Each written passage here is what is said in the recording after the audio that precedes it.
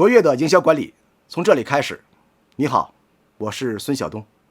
那么进入到我们的项目定位阶段的第二个核心知识，就是关于定位报告的撰写。之前一个章节给大家讲解了，就是我们可研报告怎么做。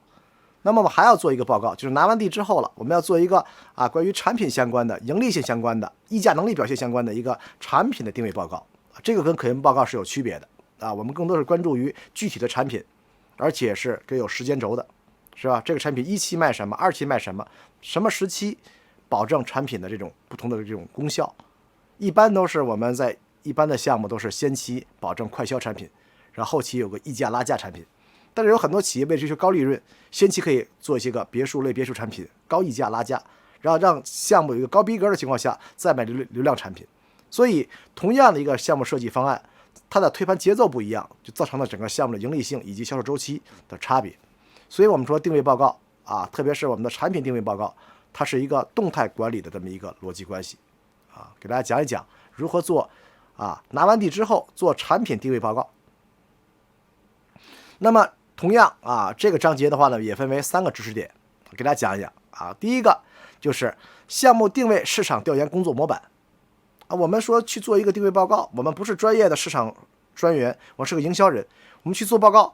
有没有模板能不能给我一个全行业通用的这么一个模板，让我按照这模板内容进行调研？这个是有的，而且我很负责任跟大家说近15年来讲，这个技术是比较稳定的。一会儿老师给大家一个全中国通用的就是地产企业、标杆企业做市场方面定位报告的一个模板，我们叫这个16张大表，大家一会儿可以数一下一共是16个知识内容造成的。你把这16个表内容统计清楚了，你的报告基本上就已经很完美了。那么第二个知识点产品设计阶段，产品溢价能力的确保，就是我们做完产品的需求了，那么我们会提出一些附加需求，比如说龙湖要做一个景观示范区，比如说这个恒大要挖个湖景的高层比如说这个河南建业我要建一个小学，那不同企业金茂要做个科技豪宅，我要增加产品的设计附加值、创新性来保证产品旺销溢价。那么这个环节怎么加入？我们就说给这个产品赋予灵感、赋予灵魂，让它产生溢价。第3个核心点就是我们的营销战略，就是我们怎么卖，卖快卖慢，先卖哪个？不，同样一个产品别墅小高配，先卖别墅还是先卖小高这个对你的溢价能力表现是不一样的我们的营销战略是什么样的，以及我们的爆品研究，就是不管是阿那亚也好万可梁祝村也好它很多的这些个卖的非常爆的项目，一定会有这么一个诱因，就是我们说新时期我们叫爆品战略在互联网时代叫网红，叫打卡，是吧？类似于这样的产品能不能在我们的项目里边产生，它在什么环节下能够产生这样的爆品的这种因素，这是我们要研究的。所以我们说在定位报告里边我们要关注3个内容，一个是基础版的，就是我们说的定位报告的模板化16张表基础的。第二个是附加值的，通过我们的功能配套如何实现产品溢价。第3个就是我们说营销能力水平，通过我们在暗场街访也好，在推广方面也好，在这个销售物料道具方面也好，出现一个爆品，对这个项目产生营销方面的附加值。这3个环节是我们在课程中给大家分享的。好了，那我们先讲第一个我们的子知识点内容，项目定位报告市场研究的工作模板。那孙老师给大家分享过一个项目报告近15年几乎所有标杆企业都沿用了一个标准，就是之前我们经常提到叫7对眼睛，就是由7个部门统筹来在一起做一个研究，把它的工程设计成本、财务采购的痛点汇总到一起，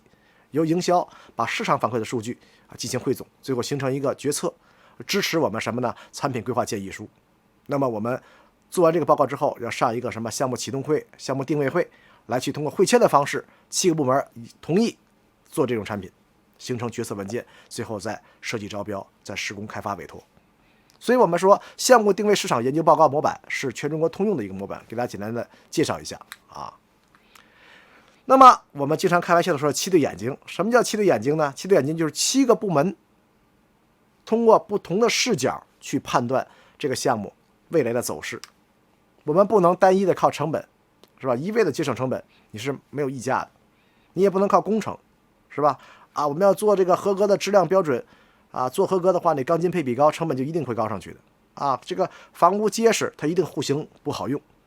它一定是啊结合成本设计、工程、财务啊，包括我们的开发计划，包括我们的啊营销啊，综合考量得出的一个最终的一个结果。那么我们讲7对眼睛啊，讲16张大表，我们有一个项目定位的一个全中国通用的一个法则，叫3721法则啊，这也是我们近10几年没有什么太大变化的。做一个项目的产品定位报告，要关注3721四个数。第一个3个支持工具，7个阶段的成果文件，2大阶段，1个辨别标准啊，给大家讲一讲3721是什么啊。首先先讲3。那么我们做产品定位，一般企业呢，为了保证我们的定位准确性，一般我们会做2手准备，让自己的营销部门啊去做一个营销版的市场调研报告，同时呢花个几十万上百万，委托5大行啊，第一太平戴维斯啊什么世良行啊，包括什么这个新浪科尔瑞啊，把这些个市场数据公司帮我们出一个第三方的数据报告啊。如果我们是一个项目的负责人或者是营销负责人，我们委托了一家机构啊，给我们一个200-300页的一个 PPT 啊市场报告，你找着要3个附件，就是3个支持工具。如果这家公司无法提出这3个附件的话，不好意思，这个调研费用1分钱也不能付，因为你的数据不可靠，你的数据是网上抄来的啊，不是真实调研出来的。那么如果你的报告是真实调研出来的话，一定会少不了这3个支持工具。哪3个东西呢？第一个叫城市地图。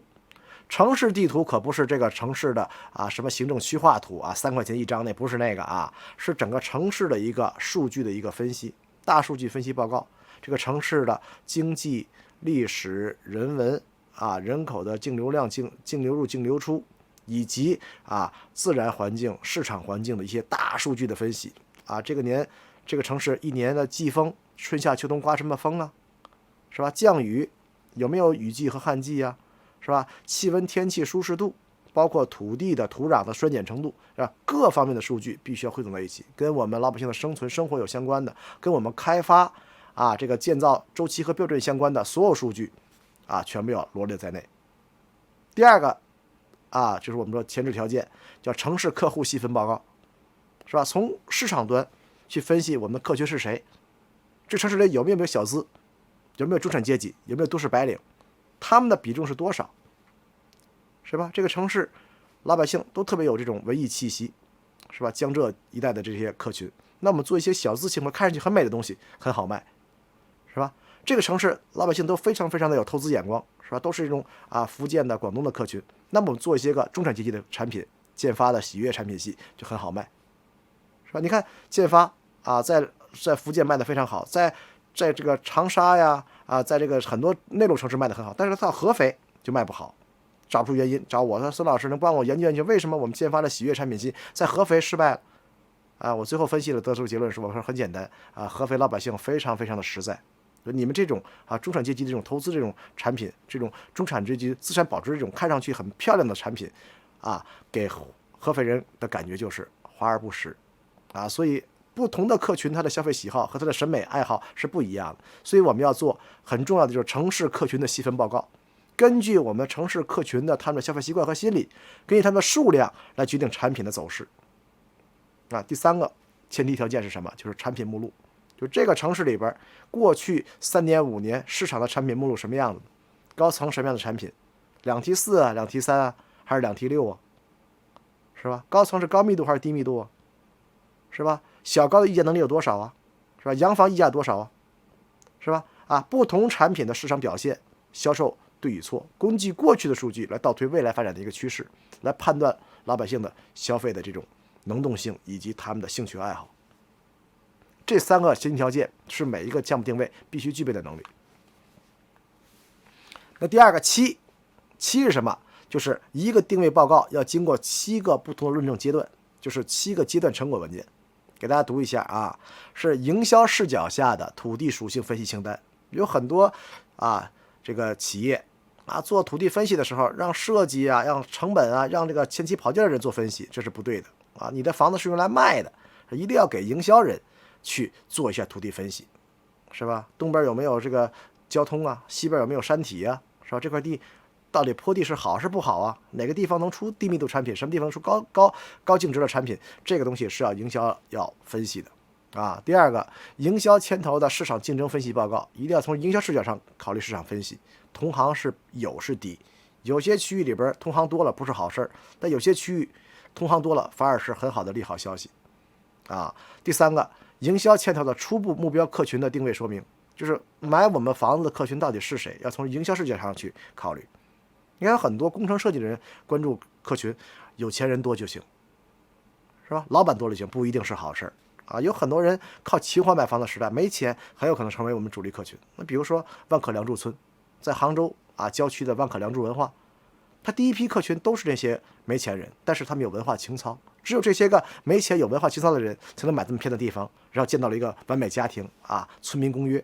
啊，通过这个没钱有文化的人把这个村民公约的建立起来践行下去了，才把那些个有钱需要买文化的人吸引过来，二期三期能赚钱。所以我们说啊，我们的初步的客户定位说明一定是要营销牵头的，一定要根据我们的营销战略来确定我们的客群先导入谁后导入谁。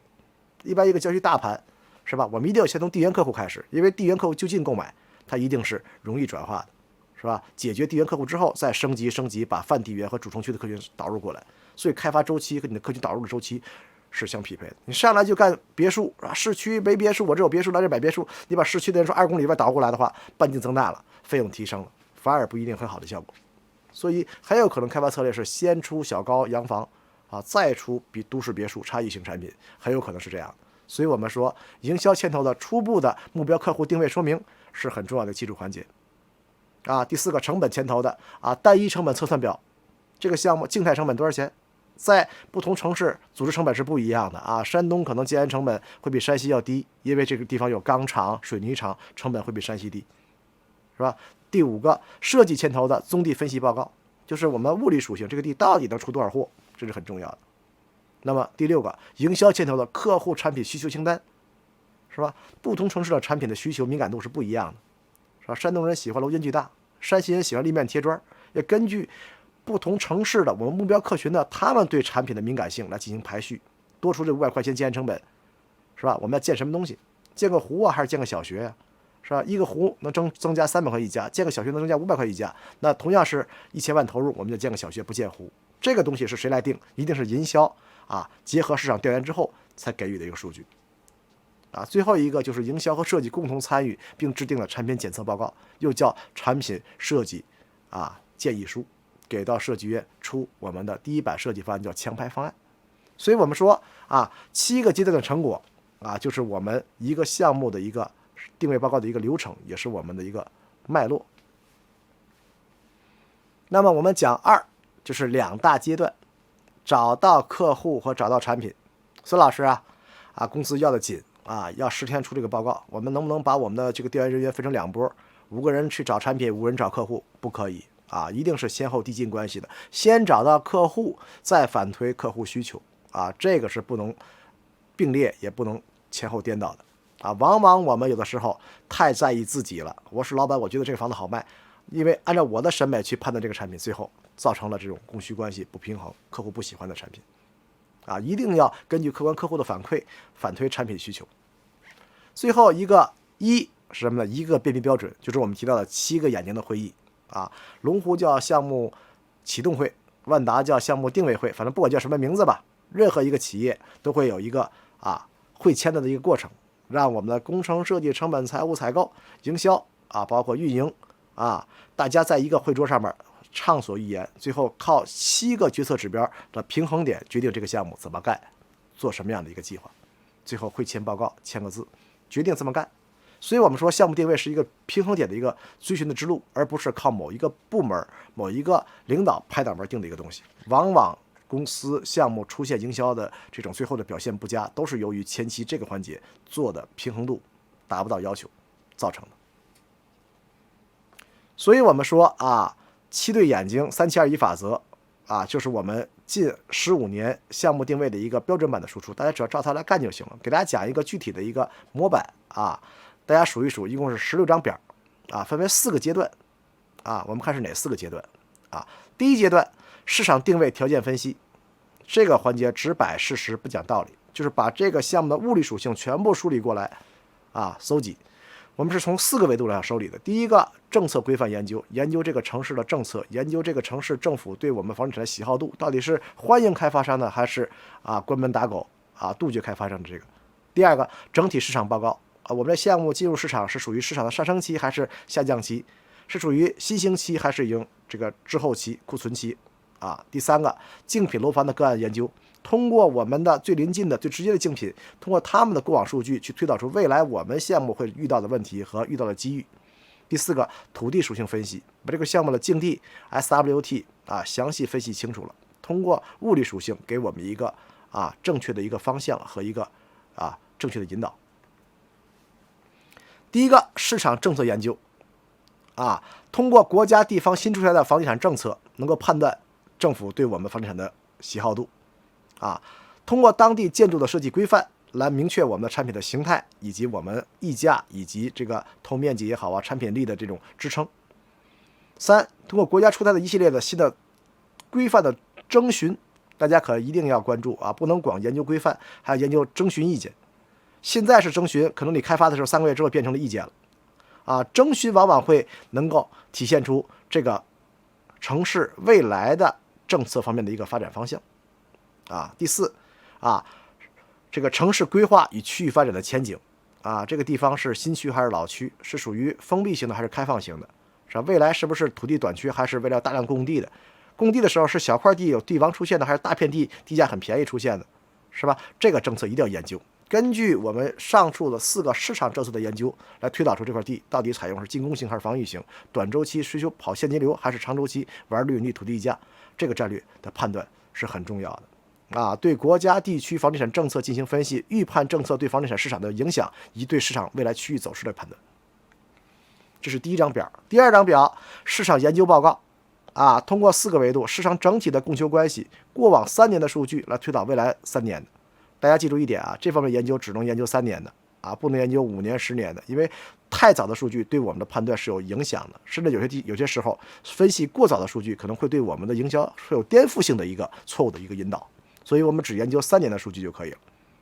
了根据整体市场的供求关系、成交情况、价格走势也好，研究3年的，通过过去3年的推导未来3年的，这样是最准确的第二个，未来供应走势、地块及竞品项目的分布、竞争优劣势的一个预判。那么怎么能判断未来呢？其实国家很多的大的规范大的土地收储的计划也是能够判断出未来的走势的第三个市场供求总量、主要客户的这个分类分析这个城市有没有小资产阶级，有没有中产阶级有没有都市白领，他们的人数什么样子的，他们购买力什么样子的一定要做出系统的判断。一般一个城市一个区域的话，它的购买能力是趋同性的，就是很多老百姓的消费都是有章可循的，一定要分析好我们的客群，主力客群是谁，溢价客群是谁基数客群是谁，要分析出我们的客群。第4个，市场主力产品与竞争情况，就是这个市场主力是什么，哪个户型最好卖，哪个面积段最好卖，然后我们的谁得跟我们抢这个市场，我们突破什么样的突破能够达到既能跑量还能跑溢价根据我们的市场数据能够推导出未来发展的一个走势和我们想要在市场当中占有的市场份额。你的项目，你说我建别墅，我要做高低配，我建200个别墅，这市场去年卖了500个别墅，你建200个，你占有40%，这个难度是非常大的。你再好的产品，你市场占有率达到20%以上，难度是微乎其微。因为客群的细分越是成熟城市，客群的这种爱好审美又越宽泛，不可能会出现一个大家爆买一个大批量产品的这种可能性，而且产品量一大了之后就没有稀缺性了。所以大家一定要记住，我们的产品和市场的这种占有率是有一定比值的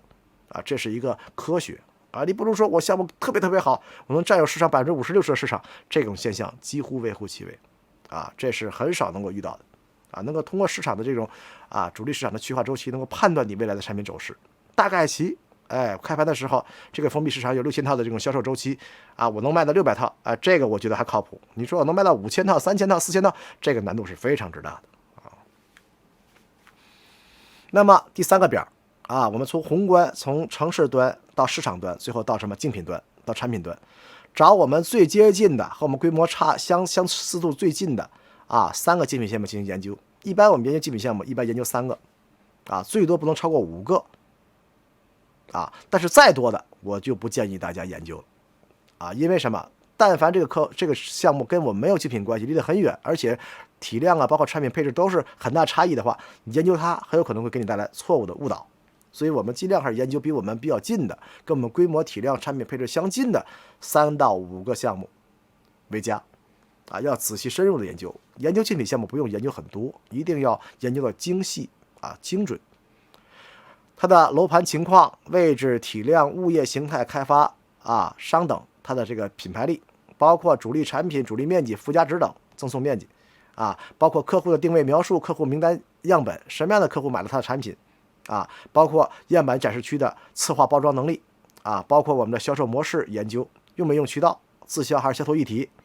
包括推广策略、广告包装、活动的方法以及活动的费用费效比、有效性，包括历史的销售数据与销售现状，包括开发的战略与后续的推货量，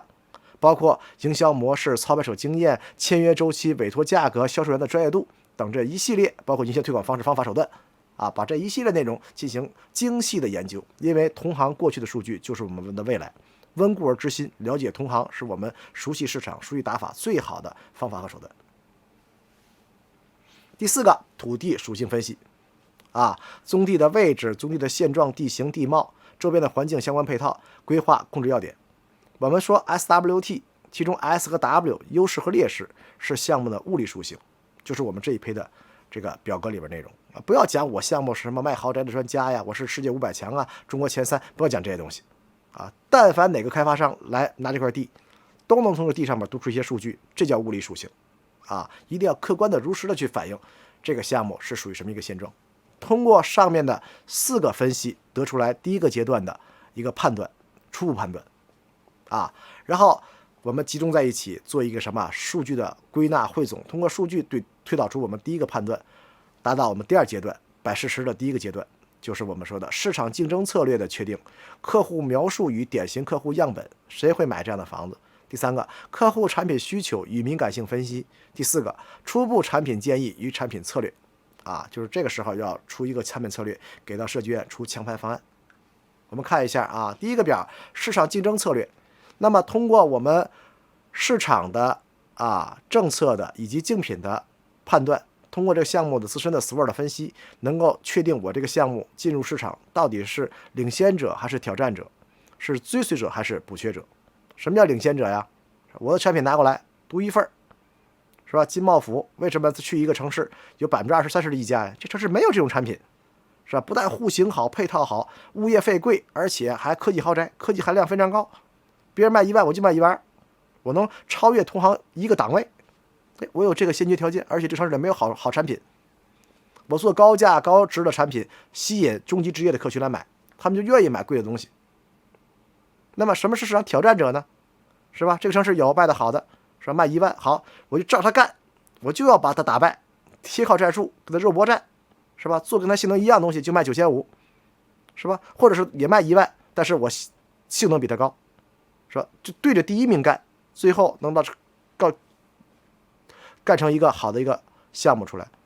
贴靠战术是我们很多企业都会用到的。比如说以前我在天津，我的家乡就干过一个事情，我们的项目叫第六田园，我们做了一个第6大道，在河西做了一个第6田园，隔壁就是水晶城，万科水晶城，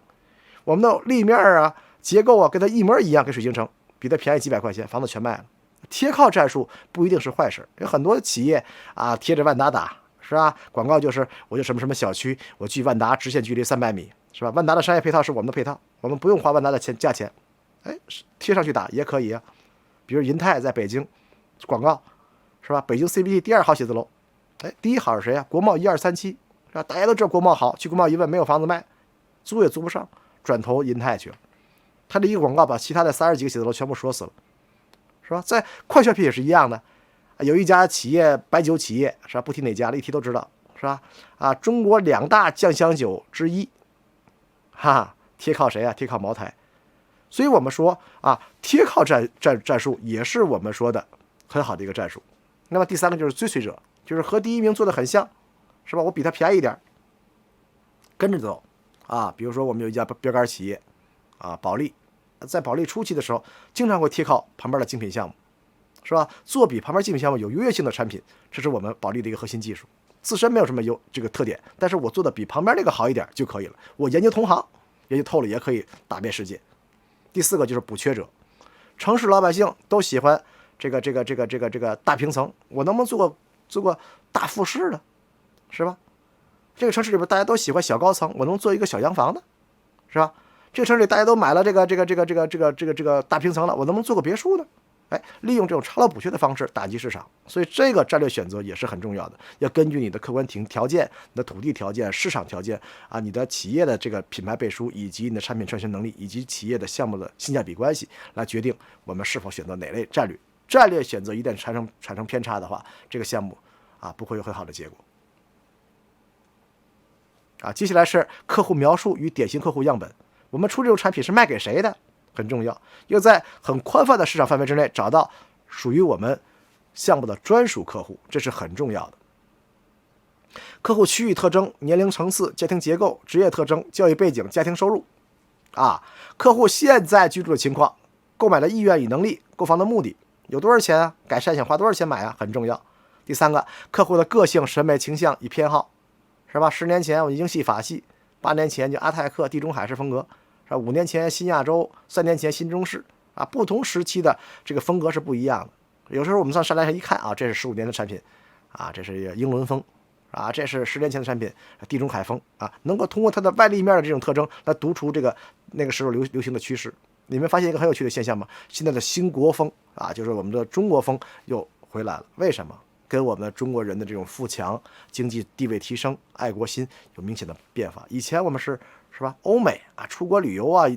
游学觉得是海归是这个有优势的这个客群崇尚欧美。现在中国人是吧？国富民强了，我们比谁都不差了，所以我们中国风又兴回来了所以我们说就是客户的喜好、审美也是我们研究的对象，包括客户居住现状、潜在需求挖掘、客户购买能力的分析，包括客户对相关产品的体验感和具体要求，这都是我们研究内容。然后接下来是客户对产品的需求的敏感性分析这个我们也提到了，客户对社区规划、物业形态、产品功能、面积配套等各方面的需求，而且进行有效的排序，是吧？客户喜欢户型好的、楼间距大的、有小区配套的，还得有教育配套的，周边还有地铁站的。那我让你排列，你最需要的是什么？我现在是小3口之家，我需要上学，我需要学片房，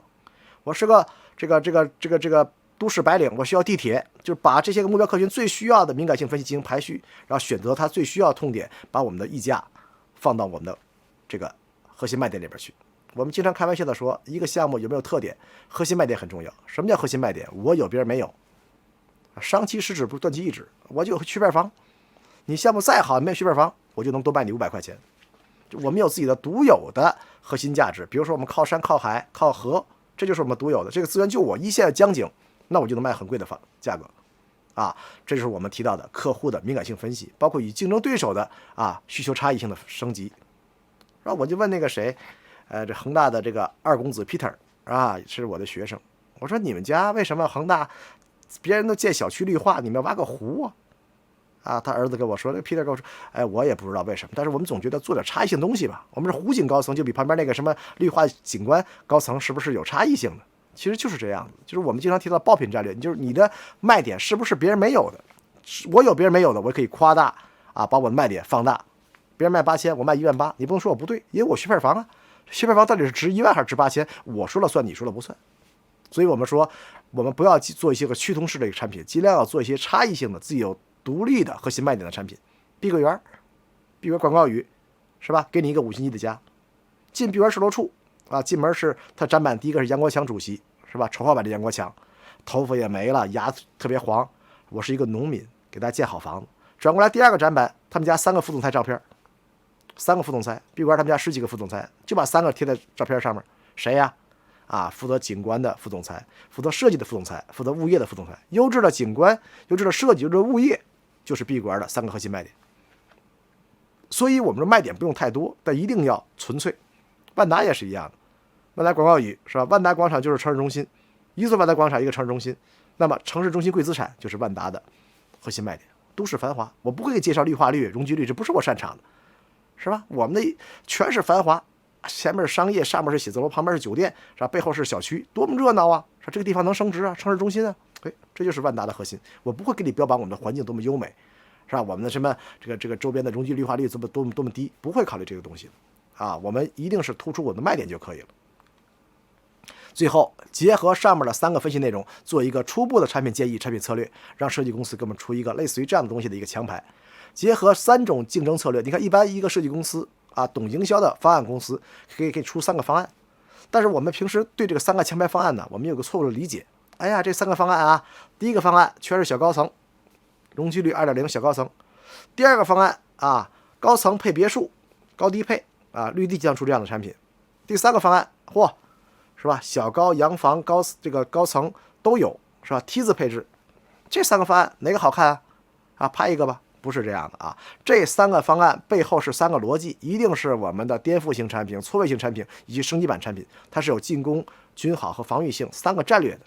就是我们在产品的立面选择的时候，一定要考虑它的营销战略选择，这是很重要的啊。第2个，产品的形态、面积、户型、功能、建筑风格等初步的建议。第3个，各类物业产品的创新性、附加值和溢价能力的分析，通过这3个分析给出设计院设计要求。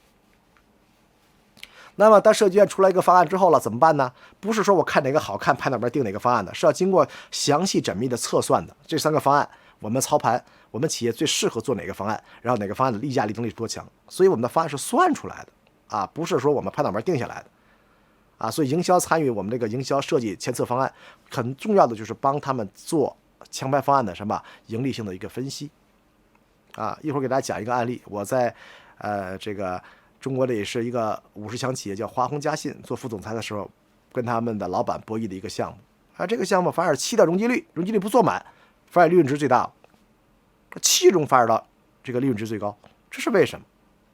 啊？所以我们进入第3个阶段，就测阶段的时候啊，我们要通过前面6张表格，产品的定位阶段的成本配置的测算，用地规划设计强度分析啊，售楼处样板区的示范规范研究，以及目标成本概算、开发战略与周期的研究，包括整盘销售方案与销售计划的研究，最后推导出一个项目经营概算，就是我们的最后用哪个方案怎么盖房子，它目的是一共算出来的，而不是我们拍脑门定下来的。给大家简单讲一讲啊，产品定位阶段的成本配置标准，就是我们叫静态成本，是吧？在这个城市里边做这种产品线要花多少钱，是吧？梦想成真4个产品系，是吧？我们定个城系万科城，是吧？这个成本多少钱，在这个城市就确定下来。结构成本啊，最省最优，以客户敏感点为基础的装饰成本价值最大化，投入300能赚1000啊。项目整体策划包装的档次和定位啊，这是要费钱的，是吧？我们经常开玩笑的说，你在暗场投5000万能赚5个亿回来，但是同等比例投500万你就赚不回5000万的，因为5000万的5个亿是由100个500万的客群组成的，拿5000万的暗场挤压500万客群，容易把它打死，但你换成500万的暗场，你是打不掉这500万的客群。所以我们说，一个售楼处展示区的投入，它是一个衡量的啊，必须要符合我们的客群的销售额的至少20倍以上的这种暗场表现，让他看到了你有几千万的货堆在那儿，他能相信你这200万的期房，他才能信这个东西啊，这是我们的核心一个逻辑。第2个，用地规划设计强排分析以及方案排布论证啊，包括土地价值分析、物业形态配比组合体量，包括经济指标以及方案排布的优劣势、竞争力、议价能力啊，设计部牵头的，以及营销部和设计部共同牵头的售楼处会所啊位置面积要求、样板间的示范需求，就是必须要营销参与这个事情。如果营销不参与的话，你的售楼处是没有营销力的啊。来吧，这个谁啊，这个景观设计公司把它包出去啊，售楼处主体给总包，然后这个装修这个方案给到设计公司，给到这个软装公司，最后营销部定一些沙盘模型。一条动线4个公司一鱼4吃，客户的感受达不到要求，所以必须在分包之前要进行一个营销统筹，把客户从外部导入暗场接访的流程先设定好之后再去分包，这是很重要的啊。第3个就是我们的目标成本概算啊，通过我们的物理属性的这个基本成本，通过我们的一些个必须花的钱、营销费用啊，暗场的道具布置，算一个整体的静态值，土地成本、前期工程费用、建造安装工程成本、基础设施费用、公共设施费用，包括我们的售楼处的营销费用啊，通过这些费用加在一块儿形成一个静态成本，然后结合我们的开发计划和销售计划来确定这个项目是3年开发、5年开发。你还需要动态成本的测算啊，是吧？你们要融资啊，是不是要融资成本啊？是吧？财务税筹的成本必须要算进去啊，是吧？同样一个10万方的小区，你干3年和干5年，你的财务成本、税筹是不一样的啊。项目整体的开发战略、项目开发的经营策略、项目分析的滚动开发、项目分期开工、预售、竣工的交付时间，是吧？样板间展示区策划方案以及前置性的考虑啊，结合开发计划制定我们的销售计划，就是卖多少见多少，见多少卖多少，相匹配就对了。项目的分期开发与销售时间的节点，不同产品的预售时间与体量，不同产品的销售价格与销售速度，整盘销售收入预测啊，结合以上6个表格，再推算出我们的项目的经营概算，算出我们项目的盈利预期、项目现金流计划、项目现金流平衡表以及项目 IR 等投入产出指标。这样在这个指标最大化的情况下，确定出我们要做什么样的产品，怎么样推广。至此，一个项目才结束。最后一个阶段由项目总牵头，6个部门在一起7个人一起来研究一个会议，共同签确一个项目策划设计任务书签完之后把这个设计任务书交给我们的设计院进行设计方案的这种工作设计。那么设计任务书里边含什么内容呢？包括项目的基本概况，这个项目多大规模、多大体量、什么产品系怎么卖，用地规划指标规划建筑面积指标，项目客户定位卖给谁，项目策划定位怎么卖，包括项目的产品定位、建筑风格、户型配比、面积配比、景观风格、道路系统、停车方式、售楼处会所等样板间的需求等一系列的内容，详细的给到设计院。我在前2年经常会接触到很多规模单位一个书记找到我了，孙老师，你看看这个方案怎么样？这方案挺好的呀。我说你是不是找我，是不是没设计售楼处的位置？您说太对了，说前面几项全想明白了，没考虑售楼处，结果图纸出来之后了，我们旁边租也租不到地方，售楼处也没地方建了，这怎么办呢？所以一定要周全考虑风格呀、户型配比呀、售楼处示范区呀、停车场所有地方都要考虑包括临时施工，售楼处上下水怎么做，是吧？这个东西是永久的还是临时的，怎么来使用它这都是要通盘考虑的至此一个项目定位报告才完结我们经常开玩笑的说在前次阶段花多少钱多少时间都不为过，因为前测对我们营销对整个开发太重要了。营销经常说一句话营销卖不好，眼睛里流的泪都是前测人脑里进的水，他们水要少一点的话，我们就不至于挖这么多坑给我们了。所以为了项目能够好销，为了整个项目能够有效的顺利的投入产退，形成完美闭合，一定在前测方面要精准有效的完成我们的定位报告把上面16个表全部完成之后，你的基本项目定位基本就是有保障。如果你项目上面有2-3个表没放进去，你们后面很有可能会出现埋的雷，把自己的项目炸了个不死也要半残